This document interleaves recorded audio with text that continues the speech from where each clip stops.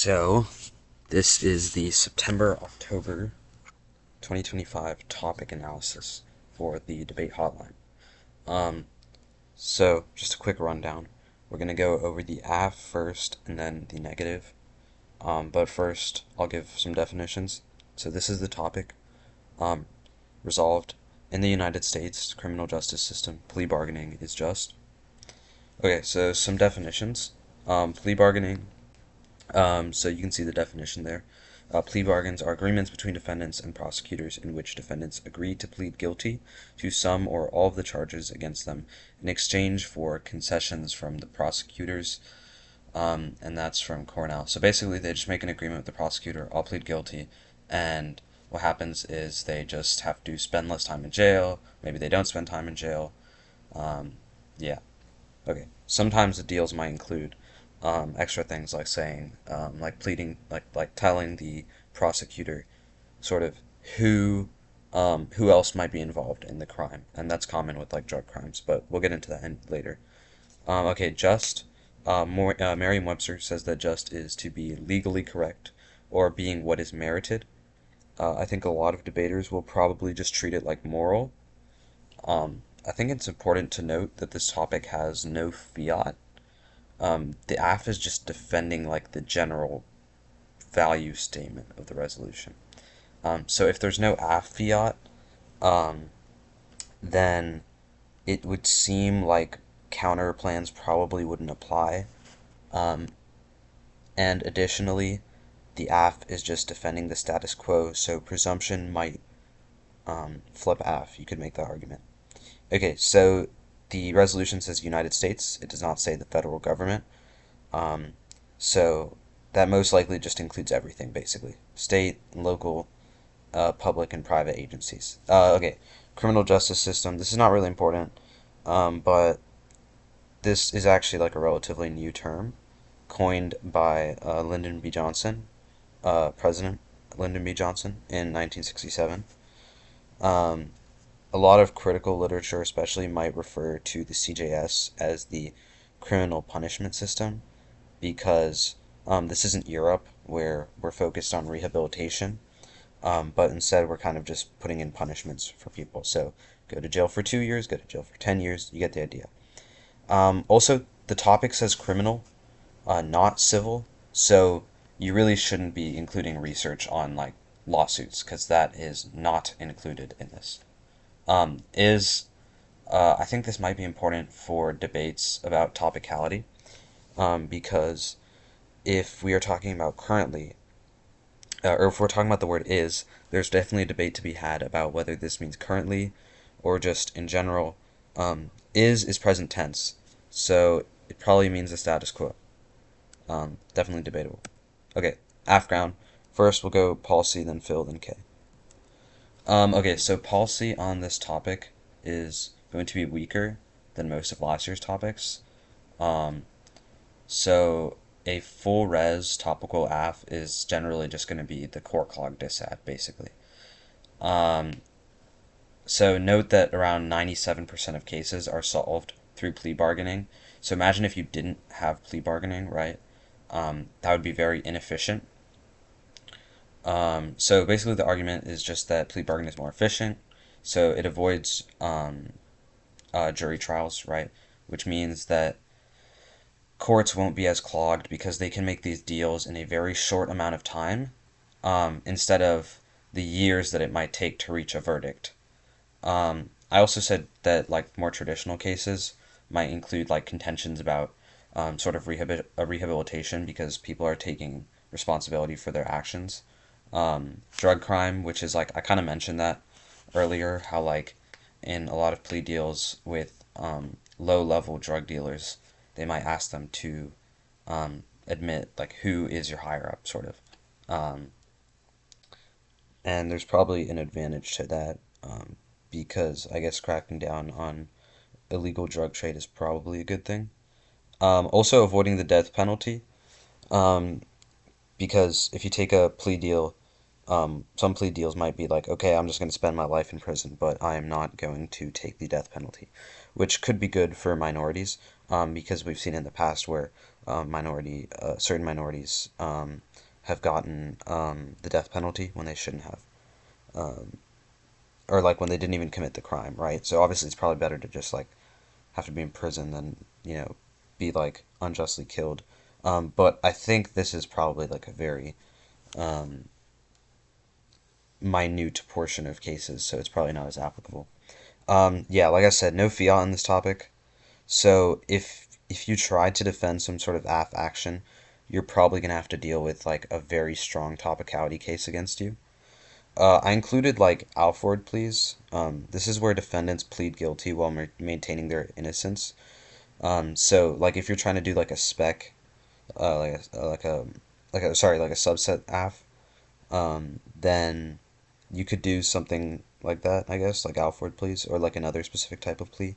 But I think that my what I'm kind of struggling with is how you are going to gain offense off of just Alford pleas, or any like specific type of plea. It seems like it might be difficult.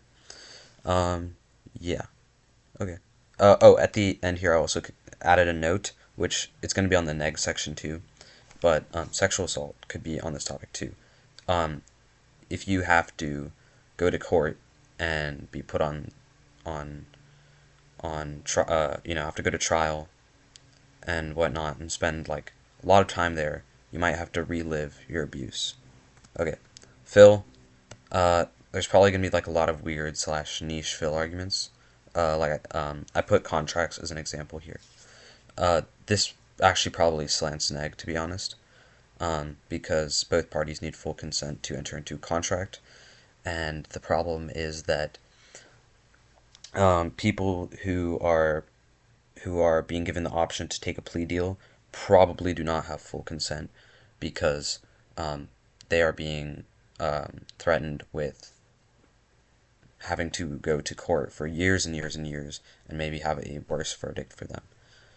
Kant, this can be argued on both sides. The argument for why I would lean Aff is because plea bargaining is voluntary. So you are choosing to take a plea bargain. You could say, okay, I'm going to go to trial. Okay, K's. So there's really not great topical KAFs on this topic. I honestly can't think of a single one. I think AFs, like policy AFs, for example, are gonna have to have a lot of K preempts. So like maybe answers to like why the CJS. Like I think the biggest one is maybe just like have a card that says like why the CJS is like not sort of inherently racist, right?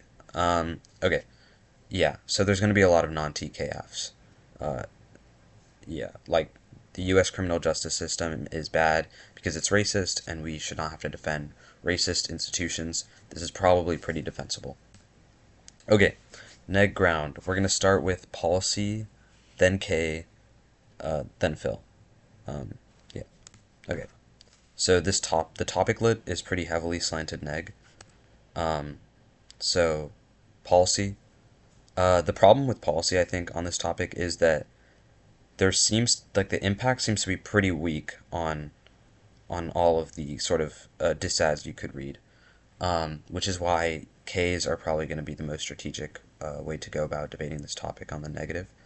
Um, like even on the AF, the impact isn't going to be great, right? Like court law about okay innovation or patents or something like that, or whatever, these impacts are kind of weak, but on the neg, it's definitely weaker for policy. So I included some arguments here, wrongful convictions, mass incarcerations. There's definitely like a lot of good evidence about how um, plea bargaining is like the largest driver of mass incarceration because put yourself in the shoes of maybe somebody, let's say somebody who's innocent, right? And they are being charged with a crime, right? And their options are okay, I could go to trial, but that could take years, and I'll be in jail during that time. I might be in prison during that time. Maybe they can't afford bond or whatever. So I might as well take a plea deal, right? Because then I save time. I and I, I'll and my punishment will be less severe as well. Um, yeah. Uh, so if you put yourself in their shoes, like I just said there and I just described, then it seems pretty clear that on truth level too, plea bargaining definitely drives mass incarceration. And there's a lot of stats behind that too. Uh, Prosecutors have the sentencing power in plea bargains instead of the judge, which leads to a lot of coercion. You could make arguments about the erosion of due process, which is the 14th Amendment, and in plea bargaining, you waive these rights away. So I guess that could sort of be an Aff argument, like, okay, you choose to uh, waive the right to, I guess, like a trial or due process or whatever, which means that it's your choice. The impact of all of this seems pretty weak, like I said. Some other arguments included at the bottom here. So, court legitimacy. So basically, the argument would go that currently the courts are seen as illegitimate, or sorry, court legitimacy has like decreased, and plea bargaining. The link would be that plea bargaining is viewed as a corrupt tool of the system of courts. And then insert your impact scenario. And then, but again, like the impact scenarios for all of these, it just seems difficult. Court legitimacy might be arguable. Okay, so I think something that's interesting that a lot of people probably don't know about is that when you sign a plea deal, you generally are also ineligible for government assistance. Um, for example, SNAP, which is for people who cannot afford food, right? So, I mean, this seems pretty bad, right? It's not a big stick impact, but on a structural violence level, it's definitely bad because, I mean, imagine you're somebody who's like poor or in a marginalized group and you already struggle enough, and then now you have to take this stupid plea deal because you are being charged with a crime that maybe you did do, but it really wasn't a big, like, it was a menial crime, or maybe you didn't even do, and now you can't even get yourself food. Um, so that's pretty self-explanatorily bad. Essay, like I mentioned again, so charges um, with plea bargaining, charges are often dropped or they go down incredibly, which means that abusers are basically unpunished, which means that they are essentially incentivized to do it again, to commit the same abuses and crimes again. Like I said, probably no counterplanes because the app does not fiat. Topicality is definitely going to be an argument here. Um, in a few different ways. So obviously there's going to be a lot of non-topical AFs because the AF has to defend the CJS, which means that there's going to be topicality read against those. There will be also be extra T. So for example, if you're defending the criminal justice system after reforms, or sorry, if you're defending plea bargaining after reforms, right? Or if you include that as part of your offense, like you say, oh, we could have these reforms and this is good, and like that's specifically offense for you. Um, then you would get extra T ran against you probably. Also T subsets, obviously, Nebel, if you are defending like a specific type of plea bargaining or a specific area where plea bargaining would be just. Um, yeah, and also T no fiat. If you are fiating, you're probably going to get T no fiat read against you. Okay, so K's. I've actually spent the most time on policy on both Aff and Neg just because that's the most difficult to try to defend, honestly. So everything else is easier to get through. But K's, this is the best place for the Neg to be using to be reading a critique. So the abolition K is going to come back. What this looks like might be different depending on the abolition K. It might look like prison abolition or like a whole systemic sort of state abolition, abolish the state in total.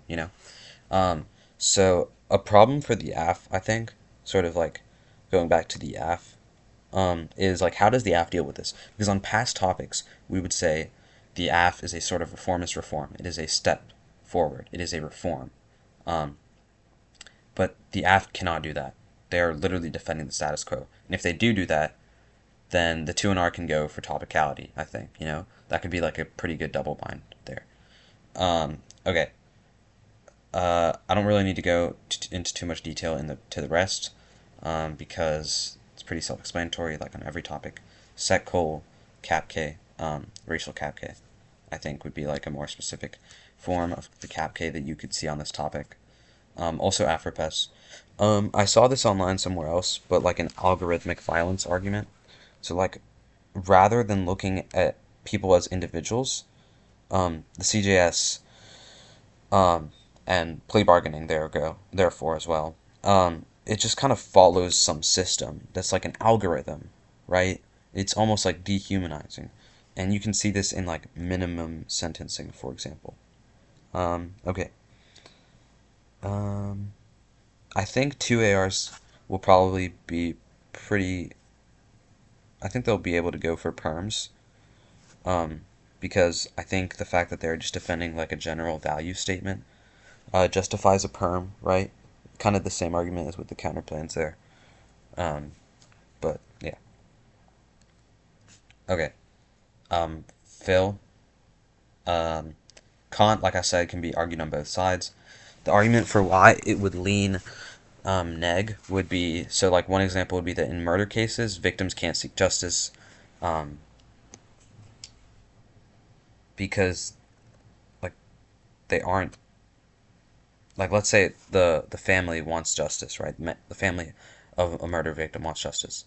They don't really have a part to play in that because the plea bargain deal is between the the person seeking the plea and the defendant and the prosecutor. Sorry, right? And then I think also like more generally, if plea bargaining is coercive in nature, then it would be bad under Kant. So I think this is a place where in arguments about current versus hypothetical reality comes in place, and that's actually kind of from topicality too. You can probably cross apply some of that here, right? Because I think that if the AF gets to defend a hypothetical reality, right, and you might argue that's extra topical, right, which probably is, then Kant probably affirms, because plea bargaining in its ideal form would be voluntary and it wouldn't be coercive, right? But in its current nature, in reality, it is coercive, which means Kant probably negates.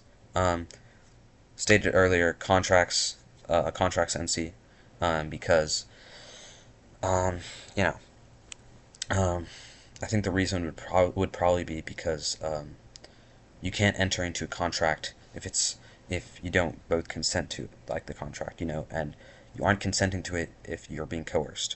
Particularism, self-explanatory, always negates. Um, and then I think just I added a note here. So just makes debating as a util debater a bit different because, well, it's just, and it's defined like we included it in the definition section, probably a bit differently than just morality. But I don't think this will be that important.